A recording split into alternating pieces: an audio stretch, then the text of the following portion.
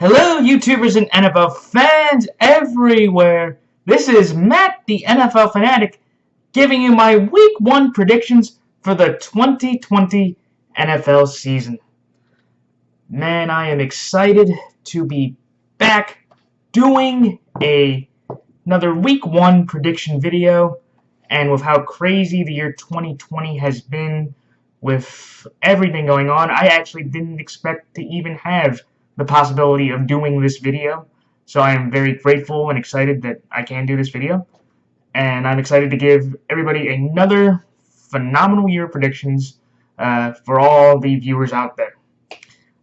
A quick update. I'm going to update my Super Bowl prediction from my last video. I believe I said that my way too early Super Bowl 55 prediction would be a rematch of the previous Super Bowl between the Kansas City Chiefs and the San Francisco 49ers. With everything that's gone on in the offseason, I'm going to update that to before the season starts. I'm going to say that the Super Bowl this year will have a first ever when the Kansas City Chiefs play the Tampa Bay Buccaneers in Raymond James Stadium, making the Tampa Bay Buccaneers the first team in NFL history to be able to host the Super Bowl in their home stadium. So for everybody out there, my updated Super Bowl prediction, I'm going with the Kansas City Chiefs against the Tampa Bay Buccaneers for Super Bowl 55. And it's real exciting to be back. And before I go into all my predictions, let me just say, as I've said over the last few years, if you don't like my analysis, if you don't like the picks that I make, you don't like any bit of the way I present these videos, you don't have to watch me. Go ahead and click on some other people. YouTube's a wide and open place for NFL opinions and predictions, and YouTube is so great that you can make your own predictions and your own analysis if you don't like mine. So anybody that doesn't like my own analysis or any bit of my style, click on somebody else or make your own predictions. So there is that. Alright, so now let me get into my Week 1 predictions. So this Thursday, for the opening game, when the Houston Texans travel to the defending Super Bowl champion, Kansas City Chiefs. The Kansas City Chiefs are 9.5-point favorites in this game. That is a massive spread to start out the season. But with how the divisional round happened earlier this year, when the Texans blew a 24-point lead, 9.5 does not seem nearly as big as to where that game ended up finishing, which I believe the final score was 51-31. So in that game, the Kansas City Chiefs are 9.5-point favorites. So I'm going to take Kansas City minus 9.5. And Kansas City straight up. Then on opening day Sunday, September 13th, when the Seattle Seahawks travel to the Atlanta Falcons, the Seattle Seahawks are 1.5-point favorites in this game. I like Seattle here minus 1.5 and Seattle straight up. Then the next game, when the New York Jets go to the Buffalo Bills, the Buffalo Bills are 6.5-point favorites in this game. I like Buffalo here minus 6.5 and Buffalo straight up. Then the next game, when the Chicago Bears go to the Detroit Lions are 3-point favorites in this game. I like Detroit here minus 3 and Detroit straight up. Then the next game, when the Green Bay Packers go to the Minnesota Vikings, the Minnesota Vikings are 2.5-point favorites in this game. I'm going to go with the upset here, so I'm going to go with Green Bay here plus 2.5 and Green Bay straight up. The next game, when the Miami Dolphins travel to the New England Patriots, the New England Patriots are 6-point favorites in this game. I like New England here, minus 6, and New England straight up. Then the next game, when the Philadelphia Eagles travel to Washington to play the Washington football team, the Philadelphia Eagles are 6-point favorites in this game. I like Philadelphia here, minus 6, and Philadelphia straight up. Then the next game, when the Las Vegas Raiders travel to the Carolina Panthers, the Las Vegas Raiders are 3-point favorites in this game. I like the Carolina Panthers here in an upset, so I'm going to take Carolina here plus 3 and Carolina straight up. Then the next game, when the Indianapolis Colts travel to the Jacksonville Jaguars, the Indianapolis Colts are 7.5-point favorites in this game. I like Indianapolis here minus 7.5 and Indianapolis straight up. Then the next game, when the Cleveland Browns travel to the Baltimore Ravens are 8-point favorites in this game. I'm going to take the Baltimore Ravens here straight up, but I'm going to take the Cleveland Browns plus 8. Then the next game, when the Los Angeles Chargers go to the Cincinnati Bengals, the Los Angeles Chargers are 3-point favorites in this game. I like the Los Angeles Chargers here, -3, and Los Angeles straight up. Then the next game, in the game of the week, I believe, in everybody's estimation, when the Tampa Bay Buccaneers travel to New Orleans to take on the New Orleans Saints. The New Orleans Saints are 3.5-point favorites in this game. I'm going to take the New Orleans Saints here straight up, but I'm going to take the Tampa Bay Buccaneers plus 3.5. Then the next game, when the Arizona Cardinals travel to the San Francisco 49ers, the San Francisco 49ers are 7-point favorites in this game. I like San Francisco here, -7, and San Francisco straight up. Then the next game, when the Dallas Cowboys go to the Los Angeles Rams in the Sunday nightcap, the Dallas Cowboys are 3-point favorites in this game. I like the Dallas Cowboys here, -3, and Dallas straight up. Then the next game, when the Pittsburgh Steelers travel to the New York Giants, the Pittsburgh Steelers are 5.5-point favorites in this game. I like Pittsburgh here, -5.5, and Pittsburgh straight up. And then finally, the Monday Night Football doubleheader nightcap, when the Tennessee Titans travel to the Denver Broncos. This is a pick-em game on the line, which is always a great game for any prognosticator doing spread. So basically, it's just a pick. I'm going to take the Denver Broncos here in an upset to beat the Tennessee Titans against the spread and straight up. And as I've done in my previous videos with my spread picks, I will put a link to the Odd Sharks website where I get my lines. So if anybody that wants to see the lines where I got the numbers or to see them update through the week, I will put that link in the description in my video. Alright, so time for my thoughts on each game. The Kansas City Chiefs over the Houston Texans. This is one of those games to where I feel like with how unique the 2020 season has been, with all the limited practices, the isolated practices, no preseason games at all, no inter-team scrimmages, it is very hard to really see how teams were playing. There wasn't as many injuries in terms of games. There have been injuries in camp, but there hasn't been much of injury just due to physical contact between teams. So a lot of it you're going off of the previous year, and you have to look at the offseason. When you look at the Houston Texans, they have had a very up and down offseason when you look at the fact that you can give them a plus for signing Deshaun Watson to a 4-year, $160 million contract, making him the second highest paid quarterback to, ironically, the guy that he is playing, Patrick Mahomes, who got a $450 million extension by the Kansas City Chiefs. But you look at some of the other Texan moves, they brought in David Johnson and ate his $10 million by giving up DeAndre Hopkins, who went to the Arizona Cardinals in one of the most baffling trades of the entire offseason. They brought in Brandon Cooks from the Rams, who is a talented 1,000-yard receiver consistently, but he's had 2 or 3 concussions over the last year that makes you really concerned about his health. They still have Will Fuller. They still have Kenny Stills, so that's a decent. And they brought in Randall Cobb. When you look at the offensive line, they did a good job with Laramie Tunsil, getting him to a 3-year, $66 million extension, though I don't think he is worth being the highest paid left tackle in the National Football League. When you look at a lot of the other offensive line moves, they really didn't add anybody great there. They lost Jonathan Joseph, but you could argue that the positive was re-signing Bradley Roby to a 3-year deal. And a lot of the Texans' maneuvers at that point, you look at them and go, they're a good team, but I don't think they really improved a lot to where with the Chiefs, they really didn't add anybody that much either. Of course, they've had some opt-outs with Tardif, their left guard, opting out because of the pandemic. Damian Williams opted out because of the pandemic. They brought back Sammy Watkins. They have re-signed Chris Jones. They re-signed Mahomes, obviously. They re-signed Travis Kelce. Tyreek Hill is still there. They have Mecole Hardman and Demarcus Robinson still there. They have Harrison Butker, not Cairo Santos, that was a former kicker. Harrison Butker is still there. And that Chiefs team is basically intact. And just with that being said, I feel that the Chiefs just are going to be able to outplay the Texans here. I think that the Chiefs, they're going to have fans, which I personally think is a concern. I would have, if I was Commissioner Goodell, just to put out a mandate saying no fans across the stadiums in the National Football League until this pandemic can be handled in a way with a vaccine. But he left it up to individual states. So there are going to be about 20,000 fans there, which I think will be a detriment for the Texans to have to hear some of the crowd noise.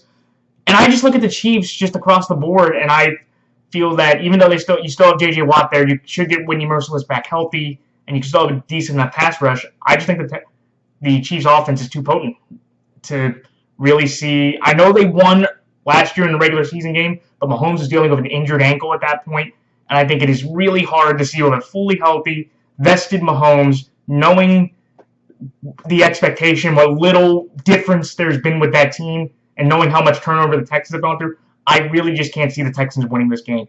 Could it be somewhat competitive? Sure. I think Deshaun, he can make some big plays. And look, they had a 24-0 lead in the playoff game back in the postseason last year. So maybe if a couple things that roll their way, that could be the same thing. But I'm going to take the Chiefs here.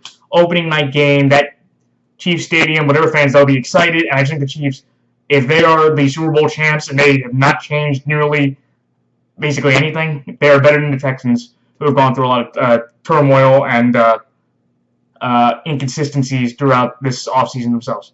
So that's all like the Kansas City Chiefs are -9.5, and the Kansas City Chiefs straight up. The next game, the Seattle Seahawks over the Atlanta Falcons. This one is tough for me because usually Seattle, since the Super Bowl, they've always been an up-and-down road team. And I look at what Seattle's done this offseason. They brought in, they're going to get Chris Carson back healthy. Of course, one of their big moves was bringing in Jamal Adams. They brought in Greg Olsen to bring in tight end depth. Will Dissly should be coming back from his knee injury and help out with that. They helped a little bit with the offensive line in some ways. They might bring back Justin Britt from the last time I heard. And Russell Wilson is Russell Wilson. They brought back Josh Gordon. They brought in Philip Dorsett. And this Seattle team is just a very good, a good team on the right arm of Russell Wilson. Where you look at the Atlanta Falcons, and they brought in C.J. Terrell in the draft. They brought in Todd Gurley on a one-year deal. He gets to go back to the stadium where he made his name being a Georgia Bulldog. You still have Julio Jones playing at a great level. They brought in Hayden Hurst. Austin Hooper, though, is gone. They have Alex Mack. They have Matthews. They have a decent offensive line. Matt Ryan is still great there. They brought in Dante Fowler from the Rams on a 3-year, $48 million deal. They lost Trufant to the Lions. And it was just one of those things to where I had to go back to where Seattle, they were 7-1, I believe, on the road, their best road record in franchise history, and they won basically all their games within one score. And I just look at the Falcons and go, they had a phenomenal run to end the year. They went 5-2 in their final 7 games, which is the biggest reason why I believe Dan Quinn still has his job, but a lot of pressure's on him with this team around him to try to at least get into the playoffs or get a winning record this year. And I just had to go with, at the end of the day, to where I've seen Atlanta. I had a lot of faith in Atlanta last year when they played the Minnesota Vikings. The Vikings obviously won a decisive game that way. And I just think that Seattle, they know who they are. They have the talent offensively. They have, Chris Carson. They have Penny. They have a decent running, stable. They're going to have Jamal and Bobby maneuvering that defense. They still have Jaleel Griffin. They just got Shaquem Griffin yesterday. And I just have to look at this game and go, I'm going to trust that Russell Wilson and this team, they're more fundamentally built to move forward. They have a core that's there. And I'm just going to trust Russell Wilson to go back into the Georgia Dome where he's been several times and win this game in a very close game. I wouldn't be surprised at all if Atlanta won. But I'm going to take Seattle here. They've had some better road experience if you look at last year. And I think that they will be able to turn that with most of the consistent pieces that are still there into a successful Week 1 victory. So that's like Seattle here, -1.5, and Seattle straight up. The next game, the Buffalo Bills over the New York Jets. This is one of the fairly easier games. The Buffalo Bills, let me tell you this right now, this might be a hot take in some people's eyes. I believe the Bills are the third best team in the AFC. No, full stop. I look at the Buffalo Bills. They have a very good fundamental defense with guys like Josh Norman, Tre'Davious White, who just got a 4-year, $70 million extension. You have Jerry Hughes. You have A.J. Espinoza, the first-round pick out of Iowa.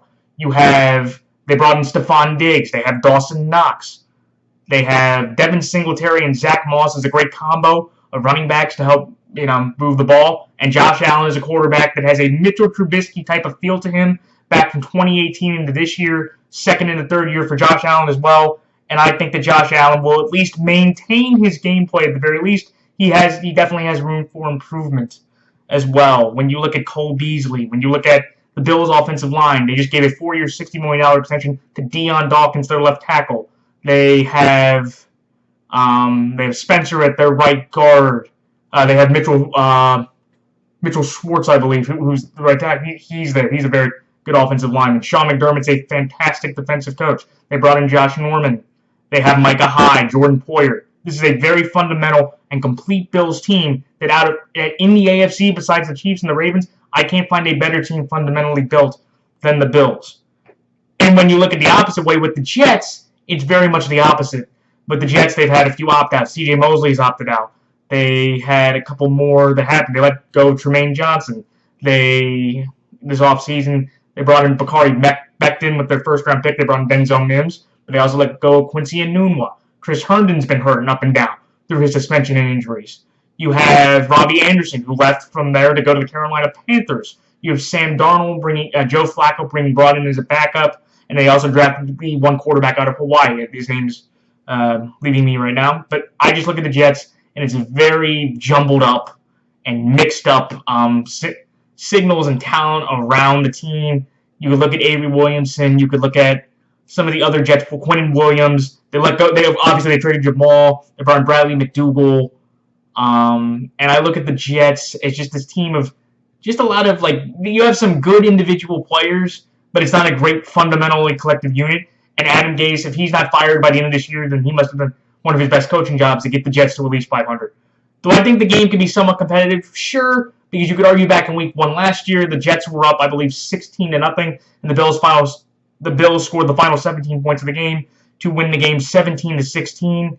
I do not think the game will be as close this time. The Jets, I know they won the Buffalo last year and beat them, but the Bills were basically locked in the 5 seed, and they played all their bench guys. And I know Darnold, through the final 12 games after his 4-game absence with mono, went 7-5, but he beat up a lot of tomato cans, and the Bills are not one of those. And I just really think the Bills they're going to play a Bills-style game. It's not going to be flashy, it's not going to be brilliant, but it's going to be good, fundamental, solid defensive football with a great amount of running, and including Josh Allen, and just using play action to utilize his arm to make a lot of big plays and get the Bills this victory. So that's why I like the Bills here, -6.5, and the Buffalo Bills straight up.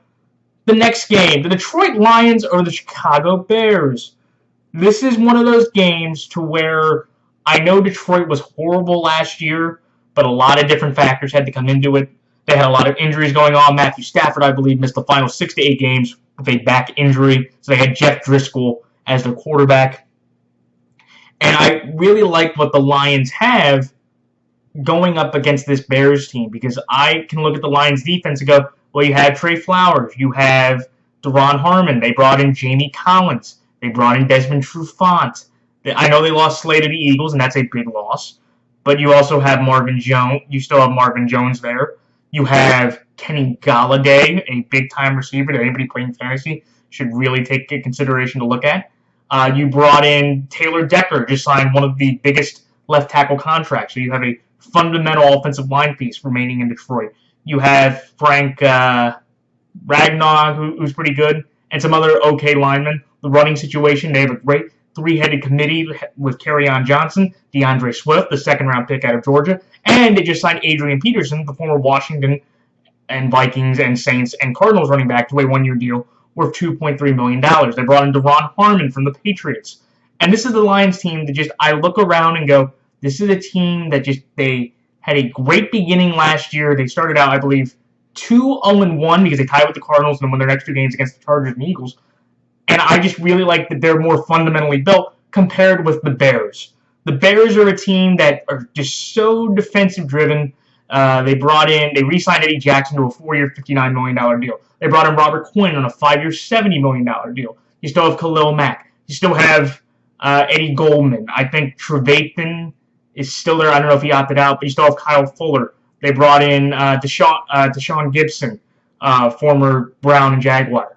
But when you look at the offense, they've laid in anybody except Jimmy Graham. They actually, at one point this year, had 10 tight ends on their roster. They had to cut a few, but obviously that's just way too many. You really still only have Allen Robinson. You brought Cordero Patterson back. Ted Ginn is now on this Bears roster. And you still have David Montgomery as your main back, but he's probably not going to start Week 1 because of a groin injury suffered in practice. But the biggest reason why I'm going to take the Lions here is they chose Trubisky. And it's a big task, I think, for Trubisky to have the Week 1 starting job. Congratulations to him. this is one of those things to where I believe the problem with the Bears will be Trubisky in this game. I actually thought they were going to go with Nick Foles, who the Bears got from the Jaguars in a trade. And I just thought with Nick Foles and Matt Nagy's history from their time in Kansas City, I thought Nagy was going to take Nick, but he took Mitchell, obviously, I think, just for youth. And he's under some pressure from the Bears organization, realizing that a number 2 pick is on the verge of being a bust. And I just think with the Lions, I think the Lions are going to play better than expected. I think they're going to be able to control the ball enough with the 3 running backs they have. And I think Stafford, who was having a very good statistical year, even though, again, he couldn't finish it, I think Stafford will play one of his better games, realizing he's fully healthy with the team around him. And I think the Lions, especially at home, will provide a very good, week 1 start to their season. But I'd be surprised if the Bears won. Not really. You like the Bears' defense. And it's the Lions. The Lions just always been known to choke games. Or remember last year, like I mentioned earlier, they tied the first game over rookie quarterback Kyler Murray. So could the Bears win? Sure. I think, Trubisky, he maybe can make enough plays with his legs, which I hope the Bears fans start using more.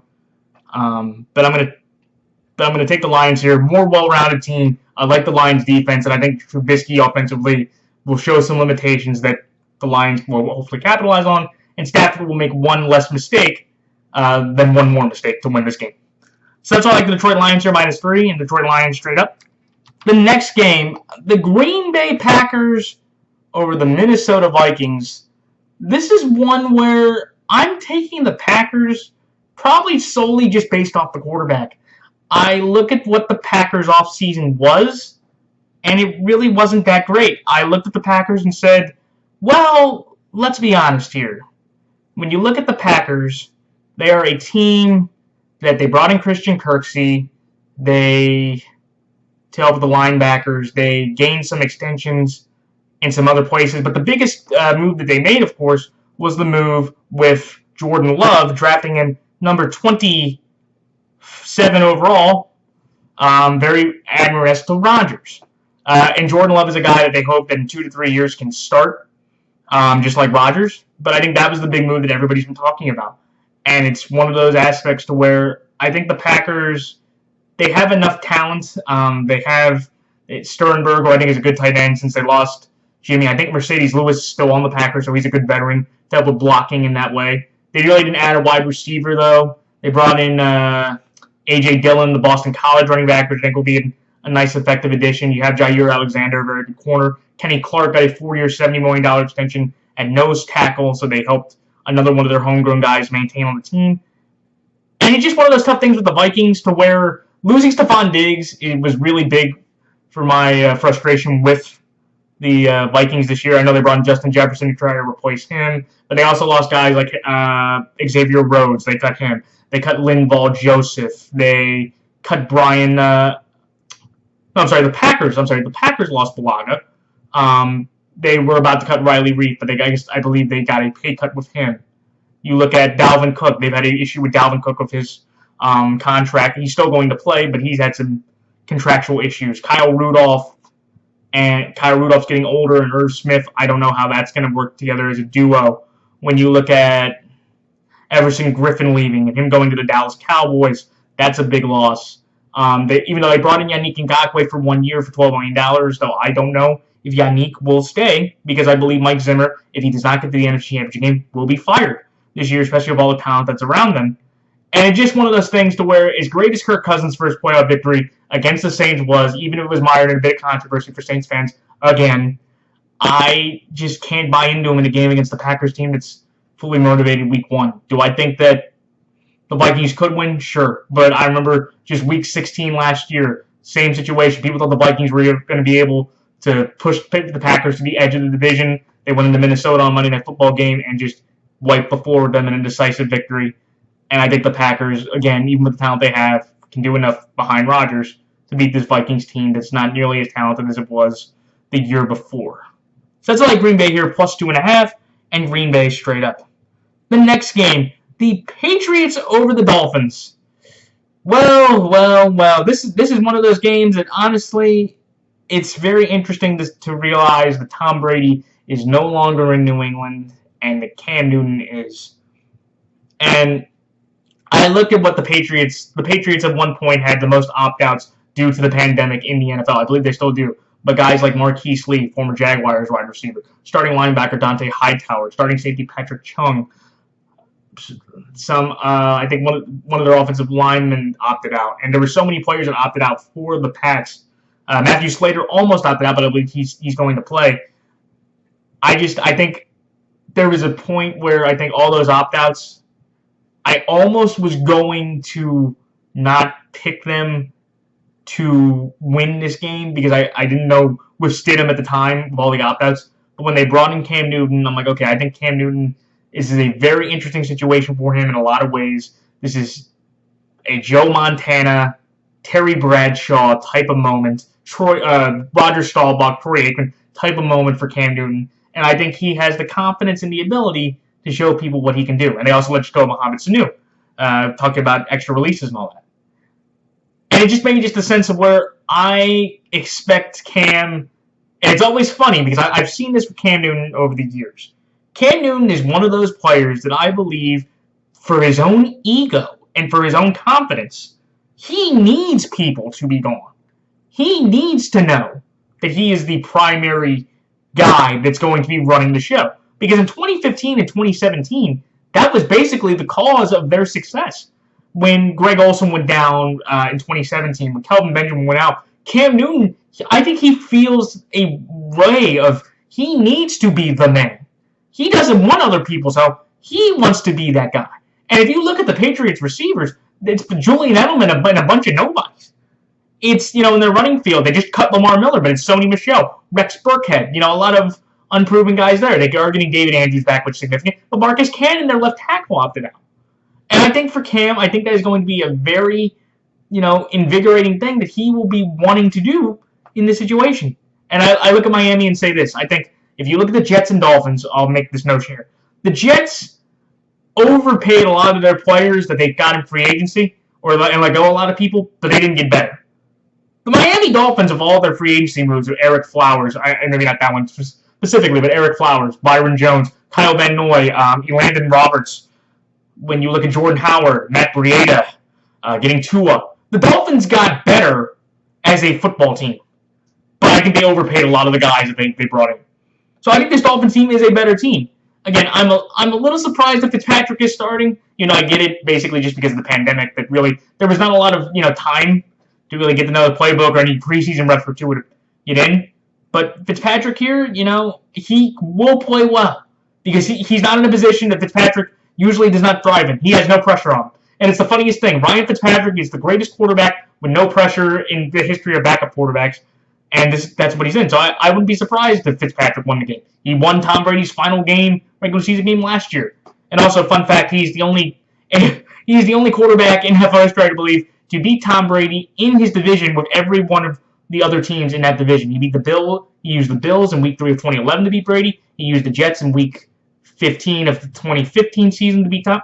Week 16 of the 2015 season to beat Tom Brady, and he used last year Week 17 of the 2019 season with the Dolphins to beat Tom Brady as well. So that's a little fun fact there. But I'm going to take the Patriots here just because I still trust the defensive, mindset of Belichick. Still have Stephon Gilmore. Still have the McCourty twins. They brought in the safety from Rhine, the second-round safety there. Josh Uche. You still have Lawrence Guy. You still have Dietrich Wise. You still have some decent pieces. And I just think with the Dolphins, even though they have some assets, I don't think they'll be able to go in this time with a less expectation, more non-frustrated, more motivated Patriot team. I don't think they'll be able to get the victory against the New England Patriots. So that's all. The New England Patriots are -6, and the New England Patriots straight up. The next game, the Eagles over Washington. This is, to me, the Eagles. I know they've had some injuries themselves. They lost Andre Dillard for the year. Brandon Brooks tore his Achilles. Jalen Reagor will not be playing for the first 3 or 4 weeks. They brought in Jalen Hurts. They have brought in Darius Slay, like I mentioned before. And they just had some other ups and downs. They brought in back Jason Peters to be a guard, but now they want him to be a tackle again, and he wants a pay raise, which I think is a unique quality. But I look at Washington, and honestly, they are the NFC equivalent of the Jacksonville Jaguars. When you look at Washington, they're bringing in a new coach, Ron Rivera, a guy that, honestly, this might be a hot take, I didn't think he's really that great of a coach. If you look at his 9 years, he's more comparable to Jason Garrett. And all the people loved and defended Ron Rivera, but they all hated on Jason Garrett. And I will give Ron Rivera this. He did get to the Super Bowl. He's better. But you're just looking at three out of the 9 years you made the playoffs. 3 out of the 9 years you made the playoffs. I think Ron Rivera is a bit overrated. But I digress. And you just look at a lot of the other Washington moves. They're bringing Dwayne Haskins to start. And they do have the comeback player of the year story, though. Alex Smith is on the 53-man roster after the 17 surgeries he had on his leg to basically recover from the Joe Theismann-based injury. I am rooting for him, but I understand what the Washington football team is doing by starting Dwayne Haskins. Alex Smith is going to be basically in the Teddy Bridgewater, Sam Bradford situation. That if any great starting quarterback goes down, Alex Smith will be basically the one asset that teams will call for because he's a proven veteran that in a system he knows how to play the position at an effective level. But I just look at Washington. You still have only Terry McLaurin. They really didn't add anybody. I know the defense is great, but Reuben Foster's on the IR. Deron Payne, Jonathan Allen, kind of been just meddling around. Landon Collins is still there. Norman's no longer there. You have Quinn Dunbar's not there. I know he's in Seattle, but Quinn Dunbar's not there. And it's just a lot of Jordan Reed is no longer there. Trent Williams is no longer there. Their best offensive lineman is Brandon Sheriff. When you just look at this Washington team, it is not a talented team. It's just they've just let go of Adrian Peterson, Darius Geis. Antonio Gibson's going to be the starting running back. And I just look at this Washington, and it's just not very fundamentally built well. When you have Steven Sims as one of your main, wide receivers, nothing against him. And I just look at the Eagles, even though they're not going to be at their fullest strength, I think they still just have way too much talent. With Deshaun there, with coming back from his core injury, you have Zach Ertz, Dallas Goedert, you have Fletcher Cox. They brought in Vernon Hargrave. They have and some other a lot of decent pieces on the Eagles team. I think the Eagles are in a better position to win this division and move forward compared to Washington, who's just trying to play for credibility and for their own team. Do I think the game could be interesting? It could be, because I remember last year, even with all the injuries, it was a 7-point game. Haskins, and them did the best they could. But I don't think this time, with everything that's going on, I think the Eagles get this victory, at least by one score, in a pretty easy way. That's like Philadelphia here, -6, and Philadelphia straight up. The next game, the Carolina Panthers over the Las Vegas Raiders. This is one of those games to where I'm just not sold on the Raiders. I'm just not. I look at the Raiders and see how bad they flamed out last year. I remember after beating the Bengals, everybody thought, hey, John Gruden helped lift this team up. And then he gets blown up by the Chiefs. He gets blown up by the Jets. He loses all these games. And you just go back to 7-9 and you just go, what happened? I know they have Darren Waller. They signed him to a big extension. They still have Rodney Hudson, and they still have, I believe, Gabe Jackson. So they still have some decent offensive line pieces. You have Josh Jacobs, who I believe should have been the Rookie of the Year, the Offensive Rookie of the Year, but he wasn't. But they lost Tyrell Williams to a torn labrum, which is a big injury there. They brought in a 39-year-old Jason Witten. They brought in Marcus Mariota to back up Derek Carr, which I think will be a very interesting story, because that could be basically the Ryan Tannehill. Marcus Mariota can become Ryan Tannehill to Derek Carr's Marcus Mariota. And I just look at the Panthers, and I just have some optimism with the Panthers. They brought in Robbie Anderson. They had Ian Thomas, who I think is an okay tight end. They brought in Russell Okung from the Chargers. I don't know if he retired or he was considering it, but someone please let me know if that's still a case with that. Even though they lost Trey Turner, which I think was a big blow, but obviously semantics and contracts. They lost James Bradbury to the Giants, which is somewhat significant. But they still have, I believe, Trey Boston is there. And I just look at the Panthers and go, I like Matt Rule and I have more confidence in him. I think, again, he got way overpaid, and nobody should get a $60 million contract from going from a Baylor job that, again, in one of the biggest games of the year, he choked away a 28-3 lead to the Oklahoma Sooners. And, he was basically telling everybody, we're not going to do all this analytics stuff. And then David Tepper, the new owner of the Panthers, basically said he would give Matt Rule anything he wanted to help. And that's how he got the Panthers job. They re-signed Christian McCaffrey, obviously, with a massive deal. And they have Teddy Bridgewater, who I believe will be another Alex Smith-type quarterback, to where he's only making around $60 million for the first during his contract. He will outplay that $60 million contract, in my opinion. Well, I think the Panthers will win the Super Bowl over the next 3 years? No. But do I think the Panthers, will they be effective enough to, surprise people and play effective? Yes. And I think another big reason they brought in Joe Brady, the offensive coordinator, or the passing game coordinator from the 2020 national champion LSU Tigers, which I think will be a significant addition as well. Do I think the Raiders have a chance? Sure. But I just look at this Raiders team, and there wasn't a lot of great receiver talent. Hunter Renfrow was a good slot receiver. So, I think you have that. You have Cleveland Farrell. You have Jonathan Abraham hopefully being able to play his first game after the injury he had last year took him out. And I just think the Panthers, they're at home. It's a West Coast trip for the Las Vegas Raiders going over to Carolina. I can't remember the last time the Raiders won in Carolina. And I'm just going to take the new confidence in the talent the Panthers have enough to beat a Raider team that I think people are going to be disappointed in once again after this year with all the talent that they have or lack thereof. So that's why the Carolina Panthers here +3 and the Carolina Panthers straight up. The next game, the Colts over the Jaguars.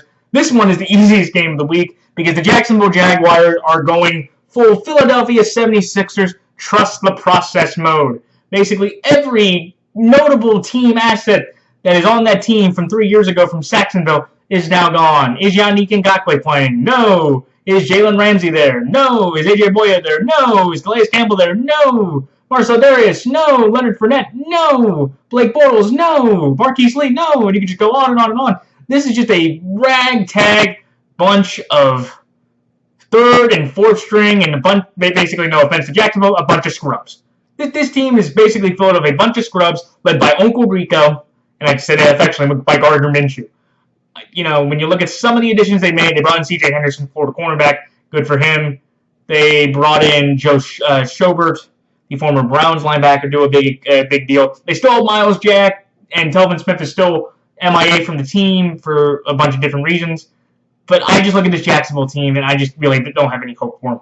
They just traded Ronnie Harrison to the Browns. So, this team is basically just saying, look, we're going to try to get Trevor Lawrence to start next year, and we're going to start the rebuild officially there. Do I think the Jags could be maybe competitive? Sure, because I think the Colts maybe could underestimate them. The Jags obviously had that ploy of, saying, like the Dolphins last year, hey, we can surprise people.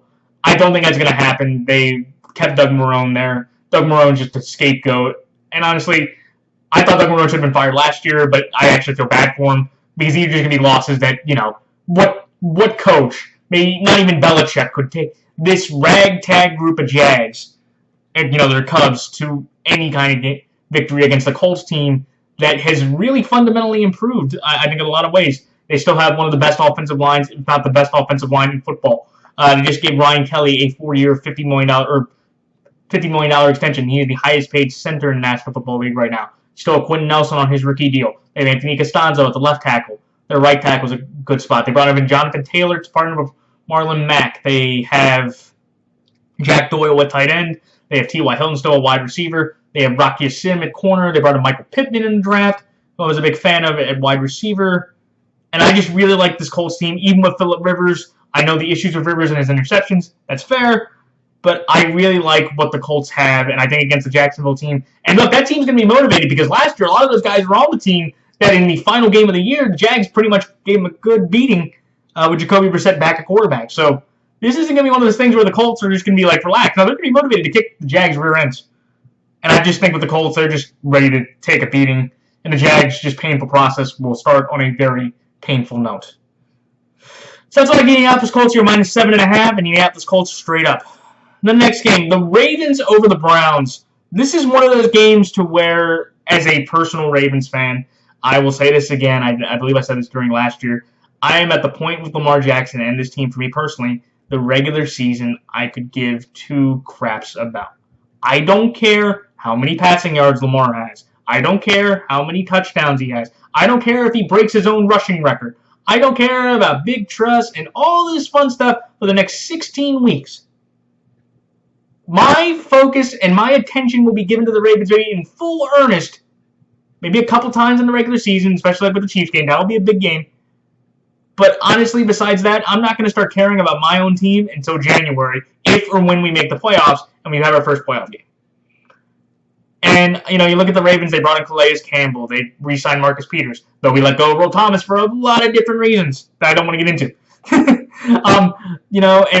I still think we are the best threat to the Kansas City Chiefs. When you look at Ronnie Stanley, we have to pay him. We have Mark Andrews still at tight end. We still have Nick Boyle at tight end. We have Willie Snead on another extension. And this Ravens team is pretty much fundamentally still intact. And I'm going to take them to win just because I feel like, again, there's going to be some motivation from week 4 of last year when we got decisively beaten, I believe 40-24 by the Cleveland Browns. But I'm going to take the Browns here +8 because I think the Browns are going to surprise people. I think Baker Mayfield, he has a talented arsenal around him with Austin Hooper, Odell Beckham, Rashard Higgins, Jarvis Landry. They brought in the left tackle, Wirfs from Iowa. They brought in Jack Conklin at the right tackle. Greedy Williams, it's unfortunately he blew his knee out, but you're going to have Denzel Ward back fully healthy. You're going to have Grant Double, was he? You have Greedy Williams. You have Myles Garrett on one of the highest defensive end contracts. You have Sheldon Richardson still there. You have, I believe, Agba still there. Emmanuel Agba. I could be wrong. But you have Emmanuel Agba there. You have a very talented Browns team that, with Kevin Stefanski at the helm and his embracement of more of an analytic style, I think the Browns are going to be able to surprise people with how effective they can move the ball, both passing and running, protecting Baker Mayfield. I think the Browns defense can give a good pass rush and has a decent enough secondary to give Lamar some issues. I think the Ravens, will be able to just kind of be more effectively running, and I think we'll do a better job in containing Nick Chubb, which I think is the biggest reason how we'll be able to beat the Browns this year. But I'm going to take the Ravens because we're home and we're going to be motivated off of that. But I think the Browns are going to be really competitive in this game to where I think 8 points is too much, and I think it's going to be a one-score game or below 8. So that's why I like the Cleveland Browns here, +8, but I'll take the Baltimore Ravens straight up. Then the next game, the Chargers over the Cincinnati Bengals. I'm going to take the Los Angeles Chargers here, basically on the fact of I'm not going to trust Joe Burrow, the number 1 overall pick for the Bengals, to win this game. Just because the Bengals, they gave Joe Mixon a 4-year, $48 million contract. Good for him. They're going to get Jonah Williams back, the left tackle that missed all of last year. Though Trey Waynes, one of their big corners they signed from Minnesota, 3 years, $42 million, he's going to be gone for a majority of the year. They brought A.J. Green back on a franchise tag. They still have Geno Atkins. Like, in this Bengals team with Joe, I think that he had a lot of help with LSU, and I think he's going to be a good quarterback. But going from LSU with all that talent to the Bengals with no talent, it's going to be tough, especially for the local Ohio kid. And with the Chargers, I think that they have a talented roster. I know they've had some injuries. They've lost Derwin James for the year. They have some other, bad spots here and there. But you look at Keenan Allen, 4-year, $80 million extension, just signed yesterday. You still have Mike Williams. You have Hunter Henry on the franchise tag. You brought in Trey Turner to help the offensive line. You brought in Brian Bulaga on the right tackle. You brought in Chris Harris from the Broncos and one of your corners to bear Casey Hayward. You have Desmond King. You have Melvin Ingram, Joey Bosa, who's now the highest paid defensive player in the National Football League. This Charger team is just way too talented, even with Tyrod Taylor there. And honestly, I think Tyrod is in a spot to where can he prove on basically a Teddy Bridgewater to Jacoby Brissett way? That's the scale I'm going to use. Jacoby Brissett's over here. Teddy Bridgewater's over here. Tyrod Taylor is directly in the middle of that right now. And if he has a really good year, he could be a Teddy Bridgewater type quarterback for the Chargers. If he has a horrible year, he will basically become a Jacoby Brissett type of quarterback with this roster around him. Because Justin Herbert, the number 6 overall pick from Oregon, is there, and he is going to, have a chance to surprise a lot of people. Or another reason, I mean, not surprise people, but take that job from Tyrod sooner than later. And I just think the Chargers, they just have way too much assets and talent to play around with the Bengals. I think Tyrod's a competent enough quarterback to manage the game while he has talent around him to make big plays. And I just don't see the Bengals with everything that they have and some of the assets they lost and just kind of where they're at as a franchise. I just don't see them beating them. It should be an interesting game because people are just going to be excited to see Joe Burrow, but I'm going to take the more talented team to lift Tyrod into his first victory with the Chargers. So that's like the Chargers here -3 and the Chargers straight up. The next game, the New Orleans Saints over the Tampa Bay Buccaneers. This one is the game of the week, and I'm going to tell you right now, this is the ultimate game where I did this split the hedge. I'm being honest here. I really don't know. I'm taking the Saints because they're the home team. That's my biggest reason, because both offenses are fantastically talented. But obviously, with Tom Brady coming to the Bucs, you have an offensive line with Donovan Smith, Ali Marpet, an OK center and Ryan Jensen, but you also have Mike Evans, Chris Godwin, Rob Gronkowski, O.J. Howard, Cameron Brate, They brought in Leonard Fournette, Ronald Jones, LaShawn McCoy at running back. You have the Dominican Sue is still there. They franchise tag Shaq Barrett. You have Devin White. You have Levante David. You have Carlton Davis. You have Antoine Winfield Jr., the safety. This is a talented Bucs team that for the first time since 2002 has a genuine chance to make the Super Bowl. You know, many people were surprised that the 2002 team made the Super Bowl, even though that was a group. But, and then you look at the Saints, they brought in Emmanuel Sanders. They have Jared Cook. They re-signed Michael Thomas. They are, still have Kamara. They have Latavius Murray. They have Ryan Ramczyk. They have Andrews Peat. They have, they brought in Cam Jordan, who signed an extension. They have Lattimore. They have Williams. They have Janoris Jenkins, who's back. They had Demario Davis, an underrated linebacker. And these two teams are just way, this is a heavy fight in week one. This is the game of the week. But I'm taking the Saints here just because they're home.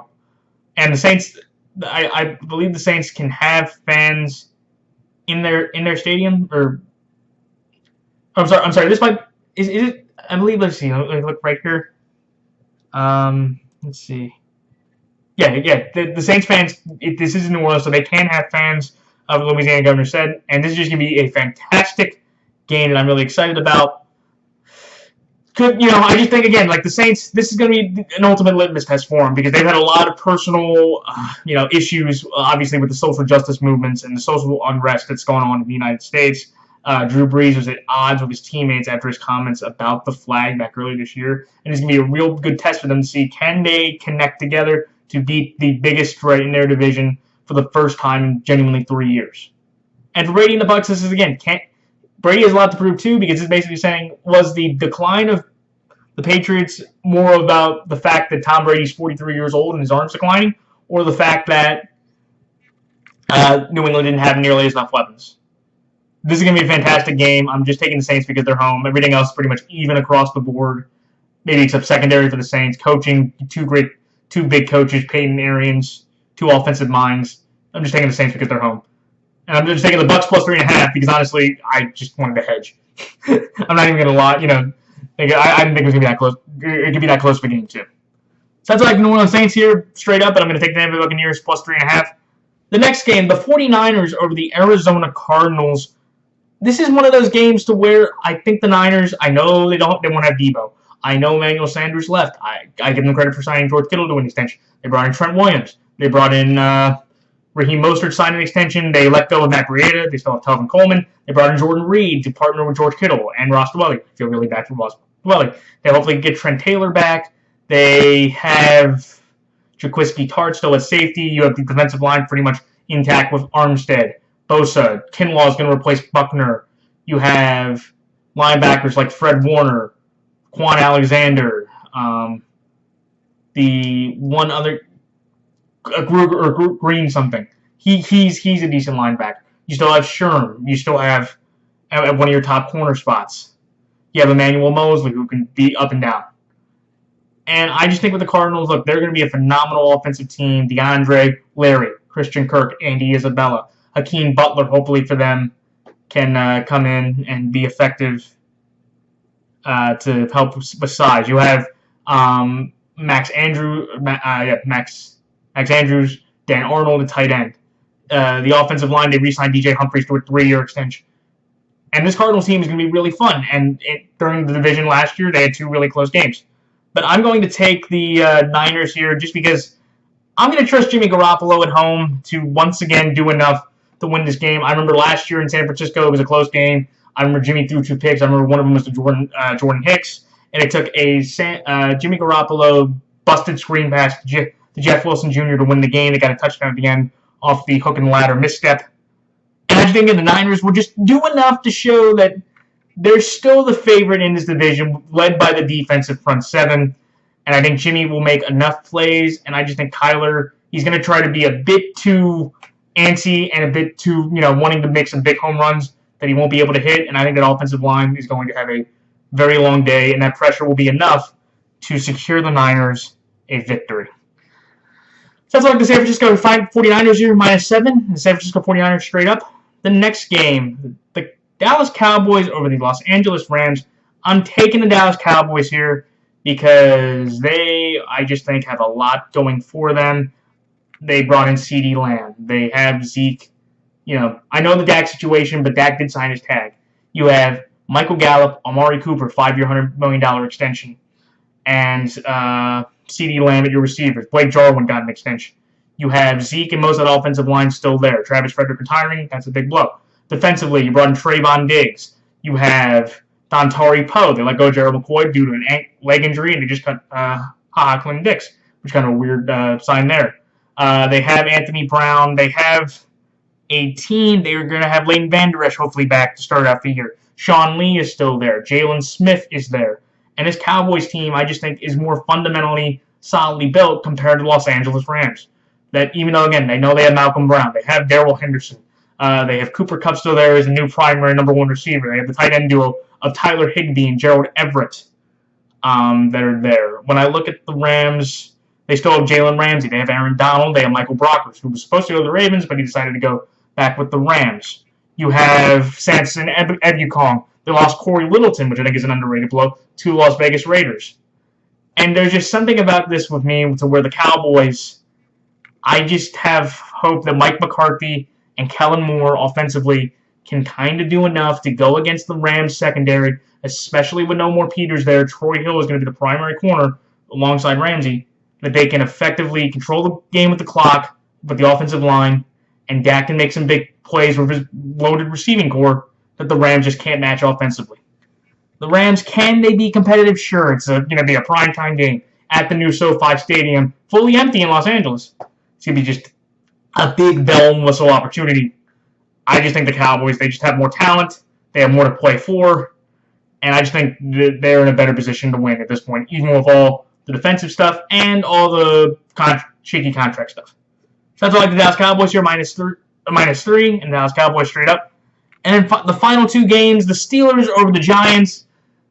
Pittsburgh -5.5 over the New York Giants. I'm taking the Pittsburgh Steelers here, basically on the sense of the Giants, they've made some decent additions. They brought in James Bradbury. They brought in Logan Ryan.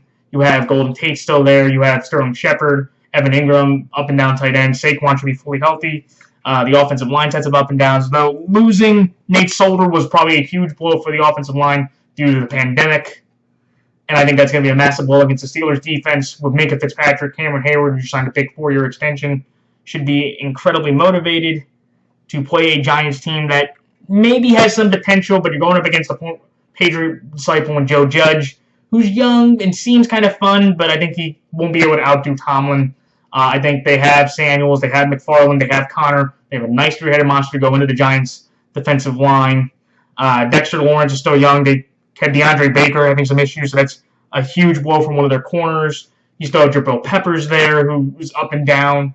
And I think with Big Ben there, with James Washington, Juju, Eric Ebron coming over from the Colts, Chase Claypool from Notre Dame, I look at the Steelers team and just say I think they will do enough offensively and lean on their defense against a weak Giants offense led by Daniel Jones and kind of a mix of young receivers that maybe aren't as great and older receivers on the back end, that the Steelers get this victory in a battle of two blue blood franchises in the Steelers and Giants who have combined 10 Super Bowl rings combined.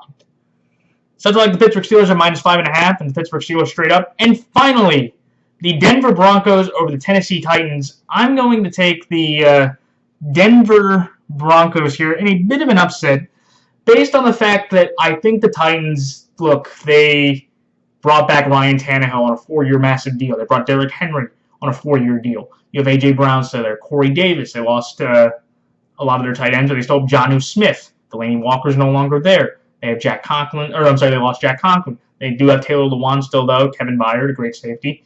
And they lost Casey. But they have Simmons. But you have Malcolm Butler, who's been up and down at corner. You have Adoree Jackson, who kind of had an okay year. And this Titans team is just one of those weird things to where the Titans always seem, over the last few years, and shout out to Keith Bailey, one of the progs, and please check out his channel, the Titans always seem to under and overplay their competition. And I think the Titans are going to be probably favored in this game. And they're playing a Denver team that last year, with Drew Lock at the helm, went 5-1 or 4-1 in his first 5 games. He played really well. The big victory over the Texans, 37-7, a blowout game. And I just love what the Broncos did in this offseason. Losing Juwan to the pandemic opt-out was a blow, but you have Jerry Jeudy, KJ Hamler, Noah Fant, Allen O. He has Melvin Gordon, Phillip Lindsay, great duo running back. Bradley Chubb should be healthy, so we can pair with Von Miller. They have Casey, so that's going to be a great game for Casey to be motivated. They brought in A.J. Boye. They lost Todd Davis, and they lost Will Parks, which is kind of surprising, but they gave Justin Simmons the franchise tag, so I think that's going to be effective. And I just really think I like the Broncos' upside in this game against the Titans team that usually plays to their competition, and I think the Titans are favored. I know it's a pick 'em on the line, but I'm going to trust the home field advantage of Denver. I don't know if they're going to allow fans or not, and someone in the comments could tell me that. But I'm going to take the Denver Broncos just based on the upside and potential that Drew Lock and the Broncos have compared to what you pretty much can expect from the Titans for the last 4 years. They're the first team in NFL history to go 4 straight years of 9-7. With the talent they have right now, you could fully expect the same thing this year. So that's like the Denver Broncos here, and pick them against the spread and straight up. And that is it. So please check out the NFL YouTube Prognosticators page on Facebook. And please check out guys like Andrew Warren, JR's Finest, Hatbox, Half Moon's Picks. Check out all those guys and gals that make predictions like I do every single week during the 2020 NFL season. And until next time, good luck to all players, coaches, teams, fantasy players, and fellow prognosticators, and everybody out there watching the videos. Thank you for watching them over the last several years, and everybody just in general that watches. Please stay safe during this time. Wear a mask and wash your hands, and we will get through all of this season and the pandemic together. So until next time, this is Matt from Fanatic signing off. Until next time, so long.